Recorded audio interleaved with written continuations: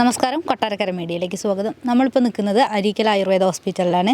ഇപ്പോൾ ഒരു വ്യാജ വാർത്തേനെ തുടർന്നിട്ടാണ് നമ്മൾ ഇന്ന് ഇവിടെ വന്നിരിക്കുന്നത്. കൊട്ടാരക്കരയിൽ ഇപ്പോൾ സ്ഥിരം ഒരു പരിപാടിയാണ്. ഒന്നല്ലെങ്കിൽ സമൂഹത്തിൽ ഉയർന്നു നിൽക്കുന്ന ആൾക്കാർക്കെതിരെ വ്യാജ വാർത്ത ഉണ്ടാക്കുക, അല്ലെങ്കിൽ പാവപ്പെട്ടവർക്കെതിരെ. ഇതിൽ രണ്ടിലാണ്. ഇതിൻ്റെ മുന്നേ നമ്മളൊരു വ്യാജ വാർത്തയ്ക്കെതിരെ ചെയ്തായിരുന്നു. അതൊരു പാവപ്പെട്ട ഒരു അമ്മയ്ക്കെതിരെയായിരുന്നു. ഇന്നിപ്പോൾ ഇവിടുത്തെ ഡോക്ടർക്കെതിരെയാണ് ഉണ്ടാക്കിയത്. ഡോക്ടർ ഇവിടെ കൂടുതൽ പൈസ വാങ്ങുന്നതെന്നൊക്കെ പറഞ്ഞിട്ടാണ് വ്യാജ വാർത്ത ഇറക്കിയത്. ഇപ്പോൾ ഒരു ആവശ്യമില്ലാതെ ഇങ്ങനെ എന്തിനാണ് ഈ സമൂഹത്തിൽ ഇങ്ങനെ ഉയർന്നു നിൽക്കുന്നവരെ ഇങ്ങനെ മറ്റുള്ളവരെ മുന്നിൽ താഴ്ത്തിക്കെട്ടാൻ വേണ്ടിയിട്ട് ഇവരിങ്ങനെ വ്യാജ വാർത്ത ഇറക്കുന്നത് എന്തിനാണെന്ന് അറിയില്ല. ഇതുമൂലം മറ്റ് മാധ്യമപ്രവർത്തകരെയും കൂടിയാണ് ആൾക്കാർ വേറൊരു കണ്ണിൽ കാണുന്നത്. ഇത് ഉണ്ടാവാതൊക്കെ വേണ്ടിയിട്ട് ഡോക്ടർ ഇപ്പോൾ ഇതിനെതിരെ സംസാരിക്കാൻ ഡോക്ടർ വിളിച്ചതാണ്. അപ്പോൾ നമുക്ക് ഡോക്ടർക്ക് എന്താ പറയാനുള്ളത് നോക്കാം. എല്ലാവർക്കും നമസ്കാരം. ഒരു ഓൺലൈൻ വാർത്താ ചാനൽ വന്ന ഒരു ന്യൂസിൻ്റെ അടിസ്ഥാനത്തിലാണ് ഈ ഒരു പ്രതികരണം ഞാൻ നടത്തുന്നത്. നമ്മുടെ ഇവിടെ രാവിലെ മെഡിസിനൊക്കെ വാങ്ങിച്ചുകൊണ്ട് പോയ ഒരു രോഗിയുടെ കയ്യിൽ നിന്ന് ഒരു മെഡിസിൻ കവർ മെഡിസിനോടുകൂടി നഷ്ടപ്പെടുകയും ആ മെഡിസിൻ തിരിച്ചു കൊടുക്കാനെന്ന വ്യാജേന ഒരു ന്യൂസ് ഒരു ഓൺലൈൻ ചാനൽ വരികയും ചെയ്തു. അത് ആ രോഗിയെയും നമ്മുടെ ഈ സ്ഥാപനത്തെ അവഹേളിക്കുന്ന തരത്തിലായിപ്പോയി. അതിൽ പറയുന്ന ഒന്ന് രണ്ട് കാര്യങ്ങൾക്കുള്ള മറുപടിയാണ്. പലരും എന്നെയാണെങ്കിൽ ഫോണിലോ അല്ലെങ്കിൽ വാട്സാപ്പിലോ ഒക്കെ ആണെങ്കിൽ വിളിച്ച് ചോദിച്ചു. അതിൻ്റെ അടിസ്ഥാനത്തിൽ അതിനുള്ള മറുപടിയാണ് നമ്മൾ ഈ പറയുന്നത്. ഒന്ന് പറഞ്ഞ ഒരു ആരോപണം എന്ന് വെച്ച് കഴിഞ്ഞാൽ പ്രധാനമന്ത്രിയേക്കാൾ കൂടുതൽ തിരക്കാണ് ഇവിടെ. ഒരു മെഡിസിൻ തിരിച്ചു കൊടുക്കാൻ വിട്ട ന്യൂസാണെങ്കിൽ അതിനകത്ത് ഇങ്ങനെ പറയേണ്ട ഒരാവശ്യമില്ല. രണ്ടാമത്, ഇവിടെ തിരക്കുണ്ട്. ആ തിരക്ക് വരുന്നത് ഇവിടെ വന്ന രോഗികൾ അവരുടെ അനുഭവത്തിൻ്റെ അടിസ്ഥാനത്തിൽ അവിടെ രോഗം മാറുന്നതിനനുസരിച്ചിട്ട് അവർ വീണ്ടും വരികയും അവർ പുതിയ രോഗികളെ കൊണ്ടുവരികയും ചെയ്യുന്നതാണ്. അതിപ്പോൾ അവഹേളിക്കുന്ന തരത്തിൽ പറയേണ്ട ഒരാവശ്യവും യഥാർത്ഥത്തിൽ അവിടെ ഇല്ല എന്നുള്ളതാണ് യാഥാർത്ഥ്യം. ഇപ്പോൾ ഇവിടെ നമുക്ക് നോക്കിക്കഴിഞ്ഞാൽ ഡൽഹി, പഞ്ചാബ് മുതൽ കന്യാകുമാരി വരെയുള്ള രോഗികൾ ഇവിടെ വരുന്നുണ്ട്. ഞാൻ പലപ്പോഴും പറയാറുണ്ട്, ഒരു രോഗം വരുമ്പോഴും ആദ്യം അവർ പല ഹോസ്പിറ്റലുകളിലും പോയിട്ട് പിന്നീടാണെങ്കിൽ എൻ്റെ സൂപ്പർ സ്പെഷ്യാലിറ്റി ഹോസ്പിറ്റലിലൊക്കെ പോയിട്ട് മാറാതെ വരുമ്പോഴാണ് ഇവിടെ വരുന്നത്. അപ്പോൾ വരുന്ന ഓരോ രോഗികളെയും എന്ന് വെച്ച് കഴിഞ്ഞാൽ നോക്കുക എന്ന് വെച്ചാൽ അത്രമാത്രം സ്ട്രെയിനുള്ള ജോലിയാണ്.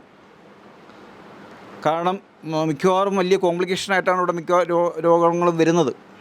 അപ്പോൾ അവരെ അത്ര ശ്രദ്ധാപൂർവ്വം നമുക്ക് നോക്കേണ്ടതുണ്ട്. വളരെ കോൺസെൻട്രേഷനോടുകൂടി അവരെ നോക്കിയെങ്കിൽ മാത്രമേ നമുക്കാണെങ്കിൽ കൃത്യമായിട്ടുള്ള ചികിത്സ, അതിൻ്റെ ഡയഗ്നോസിസ് ഇതെല്ലാം പ്രയാസമുള്ളതാണ്. അപ്പോൾ അങ്ങനെ രോഗം മാറിയ രോഗികളാണ് ഇവിടെ വരുന്നത്. അപ്പോൾ ഇതിനകത്ത് പറഞ്ഞിരിക്കുന്ന മറ്റൊരു ആരോപണം ഡോക്ടർ നേരിട്ട് ഫോൺ എടുക്കുന്നില്ല എന്നുള്ളതാണ്. അതിനുവേണ്ടി ഞാൻ 2 സ്റ്റാഫുകളെ ഇവിടെ അപ്പോയിൻ്റ് ചെയ്തിട്ടുണ്ട്. അത് അവരുടെ ഡ്യൂട്ടിയാണ് ഫോൺ എടുക്കുക എന്നുള്ളത്. അപ്പോൾ അവരവരുടെ ഡ്യൂട്ടി കൃത്യമായിട്ട് ചെയ്യുന്നുണ്ട്.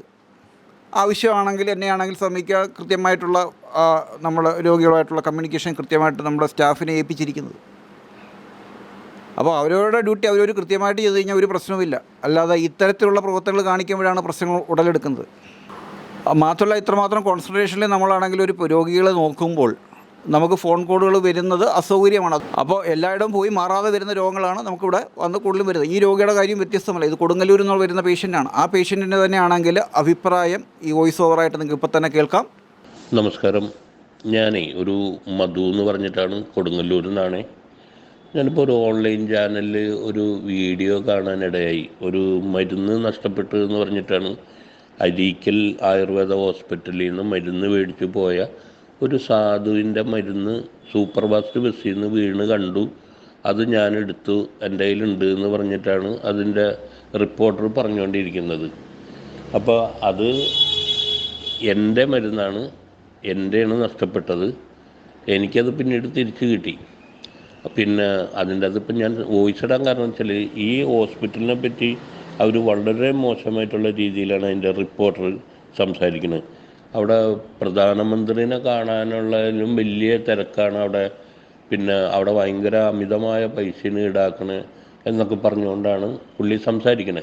ഇത് ഒരുപാട് ആൾക്കാർ അവിടെ ഹോസ്പിറ്റലിൽ വന്ന് കണ്ണൂർ, കാസർഗോഡ് ഒക്കെ ഉള്ള പാലക്കാടുള്ള ആൾക്കാരൊക്കെ ഞങ്ങൾ മരുന്ന് മേടിക്കാൻ വരുന്ന സമയത്ത് അവിടെ ഒരുപാട് പേരുണ്ടായിരുന്നു. അവരൊക്കെ അഭിപ്രായങ്ങളൊക്കെ ഞങ്ങൾ കേട്ടിട്ടുണ്ട്. അതൊക്കെ നമ്മളതങ്ങനെ മാറിയതുകൊണ്ടാണ് അവിടെ ഭയങ്കര തിരക്ക് വരുന്നത്. അല്ലാണ്ട് അവിടെ പൈസ കൊടുക്കണോണ്ട് വരുന്ന തിരക്കല്ല. നല്ല മരുന്ന് കൊടുക്കണ ഇപ്പം ഞങ്ങൾ തന്നെ കോഴിക്കോട് അല്ല എറണാകുളം, തൃപ്പൂണിത്തറയിലൊക്കെ വർഷങ്ങളായിട്ട് പോയിട്ട് ഞങ്ങൾക്ക് മാറാതിരുന്ന ഒരു അസുഖമാണ് എൻ്റെ വൈഫിന് ഉള്ളത്. അപ്പോൾ അതിന് നല്ല വീഡിയോ കണ്ടിട്ടാണ് ഞങ്ങൾ അവിടെ മരുന്ന് മേടിക്കാൻ വന്നത് കൊട്ടാരക്കരയിൽ. അപ്പോൾ അത് ഞങ്ങളെ മാറിയതുകൊണ്ടാണ് ഞങ്ങൾ 4 പ്രാവശ്യമായിട്ട് വീണ്ടും വീണ്ടും അവിടെ വന്ന് മേടിക്കണത്. അങ്ങനെ മരുന്ന് നല്ലതായതുകൊണ്ടുള്ള തിരക്കാണ് അവിടെ, അല്ലാതെ അവിടെ പൈസ കൊടുക്കണതുകൊണ്ട് ആ പൈസ മേടിക്കാൻ വരുന്ന തിരക്കല്ല. അപ്പോൾ അതിനെപ്പറ്റി ആ റിപ്പോർട്ടർ പറഞ്ഞ് വളരെ മോശം അഭിപ്രായമാണ് അയാൾ പറഞ്ഞിരിക്കുന്നത്. അയാൾ എന്തെങ്കിലും വേറെ രീതിയിൽ എന്തെങ്കിലും സാമ്പത്തികം ഉദ്ദേശിച്ചുകൊണ്ടാണോ പറഞ്ഞത് എന്നെനിക്കറിയില്ല. അങ്ങനെ ആയിരിക്കുള്ളൂ, അല്ലാണ്ട് അനുഭവത്തിൽ നിന്നുള്ള ഒരുപാട് പേര് ഞങ്ങൾക്കറിയാവുന്നതാണ്. ഇതിനെപ്പറ്റി ഈ ഹോസ്പിറ്റലിനെ പറ്റി ഇത്രയും മോശം അങ്ങനെ അയാൾ പറയേണ്ട കാര്യമില്ല. നല്ല മരുന്ന് കൊടുക്കണമെങ്കിൽ എവിടെയാണെങ്കിലും അത് തിരക്കുണ്ടാവും. അപ്പോൾ അതാണ് എനിക്ക് വോയിസിൽ പറയാനുള്ളത്. എൻ്റെയാണ് നഷ്ടപ്പെട്ടത് സാർ. മരുന്ന് മേടിച്ച് തിരികെ പോകുന്ന വഴിക്ക് സൂപ്പർ ഫാസ്റ്റ് ബസ്സിൽ വെച്ചിട്ട് ഈ സാധനം എൻ്റെ കാറ്റത്ത് പറന്നുപോയി. പെട്ടെന്ന് ഇതായപ്പോൾ പറന്നുപോയി. ഇത് അയാളെന്തിനാണ് എടുത്ത് കൊണ്ടുപോയത്? അത് തൊട്ടരിയത്തുള്ള കടയിൽ ഇയാൾക്ക് ഏൽപ്പിക്കായിരുന്നില്ലേ? അവിടെ നഷ്ടപ്പെട്ട ആൾ അത് തിരിച്ചു വന്ന് മേടിക്കൂലേ? ഇയാൾ മിനിസ്റ്ററൊക്കെ റിപ്പോർട്ട് ഷൂട്ട് ചെയ്യാൻ പോകുന്ന ആൾ എന്തിനാണ് ഈ മരുന്നെടുത്ത് കൊണ്ടുപോയത്? അപ്പം അതിൻ്റെ അകത്ത് വേറെ എന്തോ ഉണ്ടെന്ന് വിചാരിച്ചുകൊണ്ടല്ലേ അയാളെ കൊണ്ടുപോയത്. പിന്നെ അത് വളരെ വളരെ മോശമായിട്ടാണ് അയാൾ പറഞ്ഞതും ചെയ്തതും എല്ലാം. പിന്നെ ഈ ഹോസ്പിറ്റലിനെ പറ്റി അങ്ങനെ ഒരിക്കലും അയാൾ പറയേണ്ടതായിട്ടില്ല. കാരണം അയാൾക്ക് അതിനെപ്പറ്റി ഒരു അനുഭവമുള്ള ആളല്ല. അനുഭവമുള്ള ആളാണ് ഈ മധു എന്ന് പറഞ്ഞാൽ. ഞാൻ ഈ വോയിസ് ഇടുന്നത്, നമ്മൾ പല സ്ഥലങ്ങളിൽ പോയിട്ടും മാറാത്ത ഒരു ഇതിന് നമ്മൾ വന്ന് മരുന്ന് മേടിക്കും. ആ മരുന്ന് നല്ലതാണെങ്കിൽ കേട്ടറിഞ്ഞും കണ്ടറിഞ്ഞൊക്കെ വന്നവർ വീണ്ടും വീണ്ടും വരുമ്പോൾ അവിടെ തിരക്കുണ്ടാവും. അത് ആ റിപ്പോർട്ടർ എന്താ അടിസ്ഥാനത്തിൽ പറഞ്ഞാണെന്ന് എനിക്കറിയില്ല. അയാളത് തിരുത്താൻ തയ്യാറാവണം. അതല്ലെങ്കിൽ ഞാൻ വാട്സപ്പിൽ വീണ്ടും വരും, വീഡിയോയിൽ നമ്മൾ വീണ്ടും വരുന്നതായിരിക്കും. കൂടുതൽ കാര്യങ്ങളൊന്നും പറയേണ്ട ആവശ്യമില്ല. പിന്നെ 1-2 കാര്യം എന്ന് വെച്ച് കഴിഞ്ഞാൽ, ഇത്തരത്തിലുള്ള മാധ്യമപ്രവർത്തനം നടത്തുന്നത്, സത്യസന്ധമായിട്ട് മാധ്യമപ്രവർത്തനം നടത്തുന്ന മറ്റ് മാധ്യമപ്രവർത്തകർക്കും അവമാനമാണ്. അതുകൊണ്ട് ഇത്തരം ചാനലുകൾ, ഇത്തരം മാധ്യമപ്രവർത്തകരെയാണെങ്കിൽ ഇത്തരം കാര്യങ്ങളിൽ നിന്ന് വിലക്കണമെന്നും, അതുപോലെ പ്രസ് ക്ലബ്ബ് കാര്യത്തിനകത്ത് കൃത്യമായിട്ടുള്ള ഒരു നടപടിയെടുക്കണമെന്നും, അതേപോലെ തന്നെയാണെങ്കിൽ ആരോഗ്യ പ്രവർത്തകർക്കൊക്കെ ഇപ്പോൾ പ്രത്യേക ബില്ലുകൾ വന്നിട്ടുണ്ട്. ഇപ്പോൾ ആണെങ്കിൽ 2012 ബില്ല് വന്നിട്ടുണ്ട്. അത് കൂടുതൽ സ്ട്രിക്റ്റ് ആക്കിയിട്ടുണ്ട് ഇപ്പം അടുത്ത കാലത്തായിട്ട് ഡോക്ടർ വന്ദനയുടെ കേസിന് ശേഷം. അപ്പോൾ കേരള ആരോഗ്യരക്ഷാ സേവന ആക്ട് പ്രകാരമാണെങ്കിൽ കൃത്യമായിട്ടുള്ള നിയമ നടപടികൾ നിയമപാലകർ ഇക്കാര്യത്തിൽ സ്വീകരിക്കുമെന്ന് ഞാൻ വിശ്വസിക്കുന്നു. ഇവിടെ ഏറ്റവും കൂടുതൽ വരുന്നത് വെരിക്കോസ് വെയിന്, വെരിക്കോസ് അൾസറ്, അതേപോലെ തന്നെയാണെങ്കിൽ കഴുത്തുവേദന, തോളുവേദന, നടുവേദന എന്നിവയ്ക്കാണ്. നമുക്ക് ഏതാനും രോഗികളുടെയും കൂടെ അഭിപ്രായം നോക്കാം. 12 ദിവസമായി എത്തിയിട്ട് നല്ല മാറ്റമുണ്ട്. മരുന്ന് കുടിച്ചിട്ട് വെരിക്കോസ് അൾസറായിരുന്നു. ഡോക്ടർക്കും ഇവിടുത്തെ സ്റ്റാഫുകൾക്കും വളരെ താങ്ക്സ്.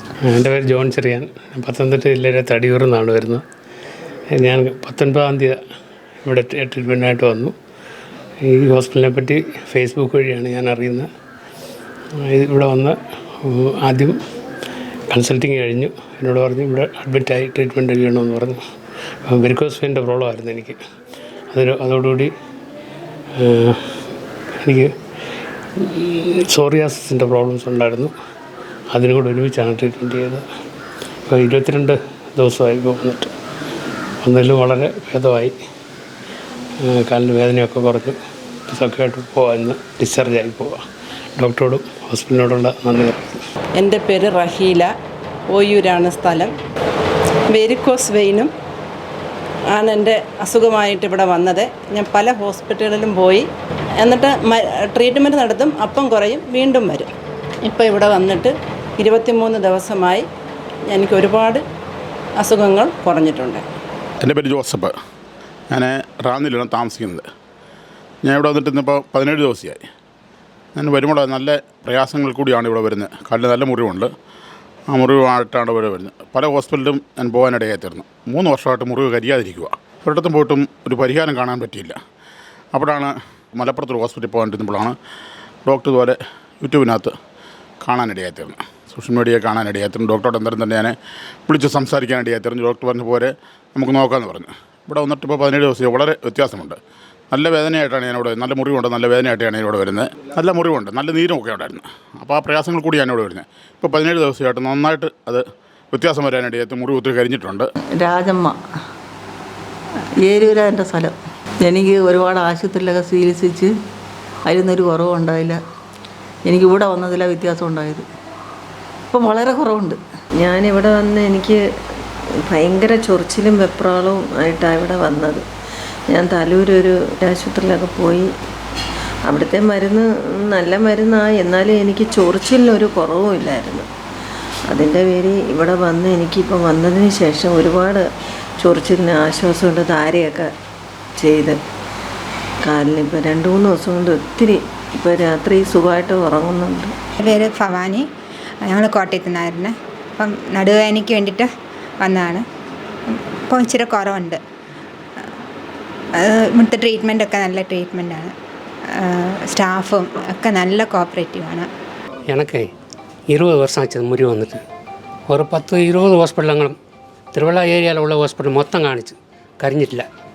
ഇപ്പം ഇവിടെ വന്നപ്പോൾ 5 ദിവസം 6-ാമത്തെ ദിവസം ഇന്ന് ഒത്തിരി ഭേദമുണ്ട്, വേദനക്കുറവുണ്ട്. എൻ്റെ പേര് അലക്സ് ജോർജ്. ഞാൻ എറണാകുളത്തു നിന്നാണ് വരുന്നത്. ബാക്ക് പെയിനും നെക്ക് പെയിനായിട്ട് വരുന്നതാണ്. ഇവിടുത്തെ ട്രീറ്റ്മെൻറ്റ് ചെയ്തുകൊണ്ട് എനിക്ക് വളരെയധികം റിലീഫുണ്ട്. പെയിൻ വളരെയധികം കുറഞ്ഞു. ഒരുപാട് മസിൽസൊക്കെ നല്ല റിലീഫായി. നല്ല ആശ്വാസമുണ്ട്. നല്ല ട്രീറ്റ്മെൻറ്റാണ് ഡോക്ടറെ. നല്ല അനുഭവമാണ് എനിക്ക്. നടുവിന് വേദനയായിരുന്നു. എനിക്ക് നല്ല ആശ്വാസമുണ്ട്. ഇപ്പം ഏകദേശം നന്നായിട്ട് തന്നെ ഭേദമായി. വെരിക്കോസായിരുന്നേ, വന്ന് കാല് നിറയെ തൊടാൻ വയ്യാതെ വന്നായിരുന്നു. ഇപ്പം 5 ദിവസം ആയതേ ഉള്ളൂ. നല്ല ഭേദമായി. നല്ല അടിപൊളിയാണ്. ഇപ്പോൾ ഡോക്ടർ പറഞ്ഞതാണ് ഇപ്പോൾ നമ്മൾ കേട്ടത്. ഡോക്ടർ കാര്യം തന്നെയാണ് ഡോക്ടർ പറഞ്ഞത്. കാരണം ഡോക്ടർ പോലുള്ള ഒരാളെ നമ്മൾ കേരളം വിട്ടിട്ട് വരെ ആൾക്കാർ ഇവിടെ വന്നിട്ടുണ്ട്. അപ്പോൾ അങ്ങനെയുള്ള ഒരു ഇത്രയും പ്രശസ്തമായിട്ടുള്ള ഒരു ഹോസ്പിറ്റലിനെ കുറിച്ചും അവിടുത്തെ ഡോക്ടറെ കുറിച്ചും മറ്റുള്ളവരെ മുന്നിലൊരു താഴ്ത്തി കെട്ടുന്ന രീതിയിൽ കൊട്ടാരക്കരയിലുള്ള മറ്റ് മാധ്യമപ്രവർത്തകർ എത്തി എന്നാണ് ഇപ്പോൾ ഇതിലൂടെ നമുക്ക് മനസ്സിലാക്കാൻ പറ്റുന്നത്. ഇനി സമൂഹത്തിൽ ഇതേപോലെ ഇനി എത്ര ആൾക്കാരാണ് വ്യാജ വാർത്തയ്ക്ക് ഇരയാവുന്നതെന്ന് നമുക്ക് പറയാൻ പറ്റില്ല. അപ്പോൾ ഇനിയെങ്കിലും ഇത്രയ്ക്ക് മോശപ്പെട്ട രീതിയിലേക്ക് മാധ്യമപ്രവർത്തകർ പോവാതെക്കണം. എല്ലാവരും പറയുന്നില്ല, ചില മാധ്യമപ്രവർത്തകരാണ് ഇങ്ങനെ ഇറങ്ങുന്നത്. അവരങ്ങനെയാണ് ഇപ്പോൾ സമൂഹത്തിൽ കാണുന്നത്. അപ്പോൾ ഇതിനെതിരെ ഇനി ശക്തമായിട്ട് തന്നെ ഡോക്ടർ പ്രതികരിക്കും. ഇനി ഇതുപോലെ വ്യാജ വാർത്ത ഇറക്കാതിരിക്കാനും മറ്റ് മാധ്യമപ്രവർത്തകർ ശ്രമിക്കുക. കൊട്ടാരക്കര മീഡിയയ്ക്ക് വേണ്ടി ക്യാമറമാൻ ശ്രീകുമാറിനൊപ്പം നന്ദന.